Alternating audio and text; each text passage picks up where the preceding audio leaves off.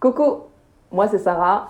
L'autre jour, je me baladais sur le pont, pas loin de chez moi, et c'était le coucher de soleil. J'adore regarder les couchers de soleil.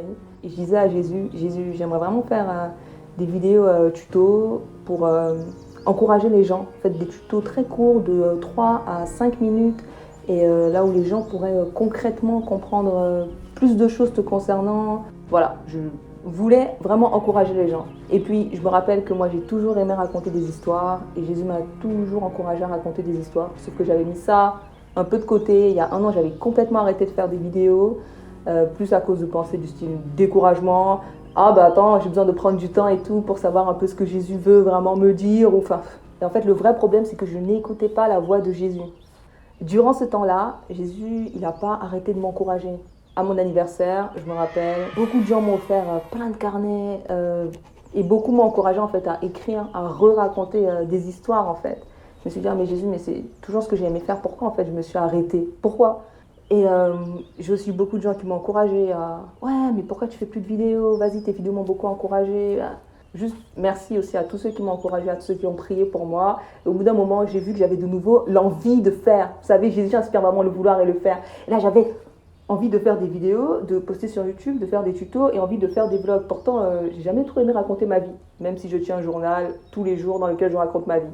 Mais c'est plus, je pense, en fait, le regard des autres et je me suis dit, ah non, en fait, c'est un peu gênant de raconter sa vie et d'autres choses. Je me suis dit, ah, je peux faire un journal vidéo, mais je vais le cacher et je vais le garder dans ma chambre, en fait. Et personne ne le verra jamais, sauf le jour où je serai morte. Bref. On reprend. Donc, je parle avec Jésus sur ce pont et je lui dis, voilà, Jésus, j'ai tous ces plans, ces projets dans ma tête, qu'est-ce que je fais et tout. Et je me rappelle distinctement. Je m'arrête, j'étais en train de quitter le pont, je me retourne et je vois en fait il y avait deux garçons qui étaient sur le pont, ils sont passés de l'autre côté de la barrière du pont. L'un m'a regardé, il m'a fait comme ça, il m'a fait chut, ils ont sauté du pont. Et en fait moi ça m'a frappé parce que je me suis dit waouh mais Jésus mais c'est ça le truc en fait, saute de ce pont Sarah. C'est en fait c'est ce que Jésus voulait me dire, vas-y fais ces vidéos, c'est tu peux parler longtemps, tu peux faire plein de choses, en fait, tu peux parler mais maintenant fais. C'est celui qui écoute et qui ne fait pas. En fait, c'est trop dommage. En fait, c'est comme si tu n'as pas vraiment écouté, c'est comme si tu n'as pas vraiment accepté les paroles de Jésus. Donc voilà, je choisis de faire des tutos.